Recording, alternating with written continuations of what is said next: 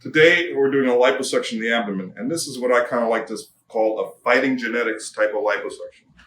And what I mean by fighting genetics is that we have a patient that has a small frame, but genetically wants to hold all of her weight in the love handle, in the trunk. So this person holds the majority of her extra calories all through the waist. So she cannot show her true shape. And this is just genetics. Everyone genetically has a certain place where we're going to gain weight first and lose weight last. And for this person, this love handle is that genetic point. So what we're doing with liposuction is trying to change genetics. We're trying to get the thickness of the fat in her problem area to match the thickness of fat in her normal area. And you can see they're quite different. There's quite different concentrations of fat.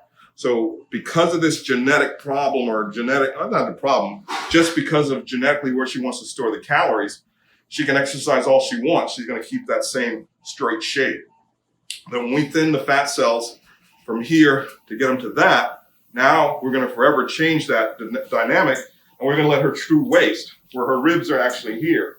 So we're going to bring her true waist and let it show. This is where her true waist is. The frame of her body is really here. And once we remove the skin, once we remove this fat and get the skin to contract, the true shape will show.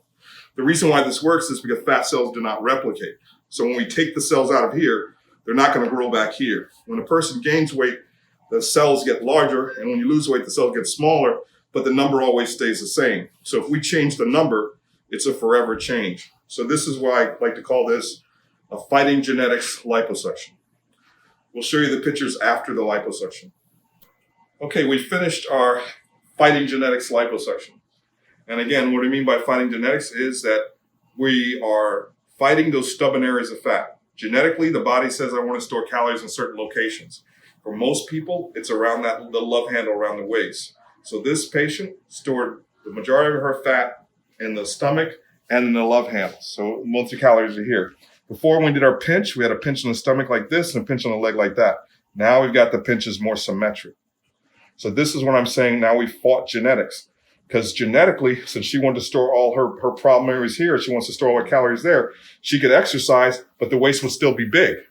Now when she exercises, the waist is going to be at the ribs. There are her ribs. You can see the bones right here. The ribs are here. And we brought the waist down to her true size of the ribs. So we have released her true figure. This person has a small waist, and this is going to really show her curvy figure. Forget the BBL, it's about a small waist. I have never seen a person show me a before wish picture that didn't have a 20-inch waist. I've never seen anybody come and bring me a wish picture for a BBL with a 40-inch waist. It doesn't happen. What these people are really seeing is the small waist. So we've done a little highlighting of the muscles to give her more of a little bit of a soft, mild, lady athletic look. But what I really wanted to see is we started off with a waist that was this wide. Now we've got a waist that's in here, and her skin is already coming down to fit her true body. So again, the fighting genetic liposuction is that the thickness after all over the body is uniform, as opposed to the original thickness of the fat that was here, 3 or 4 times thicker than the leg. Now we've got everything more similar. So this is the end of our fighting genetics liposuction example. Okay, today we're going to do a fat transfer to the buttocks. Our goal is a natural look. A natural look is a buttocks that fits the body.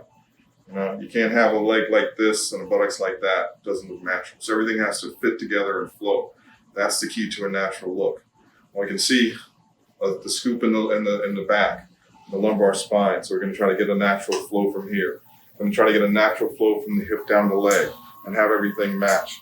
Big is not always the best, but natural is good. The key to a real curvy figure is a waist. So when you make a liposuction and make a tiny waist, you don't need a huge buttocks. If you leave the waist wide, now you need a big buttocks. But if you can bring the waist in, you don't have to make a big buttocks. Because natural is going to last for 20 years. And when it's too big, if it's big when you're 20, it's going to be really big when you're 40. So don't go too big. So natural trumps everything. So here's our before, and we'll show you the after. All right, we finished the liposuction of the buttocks, and we tried to match the body. We tried to make a gentle curve from the small to the back. We're trying to make a smooth curve on the leg. I'm not trying not to make it too much larger, but just a smoother buttocks, more projection. Trying to not make a flat buttocks, but more, more of a shaped buttocks, more of an athletic looking buttocks than just a flat plane. So this is our after we've done the fat transfer to the buttocks.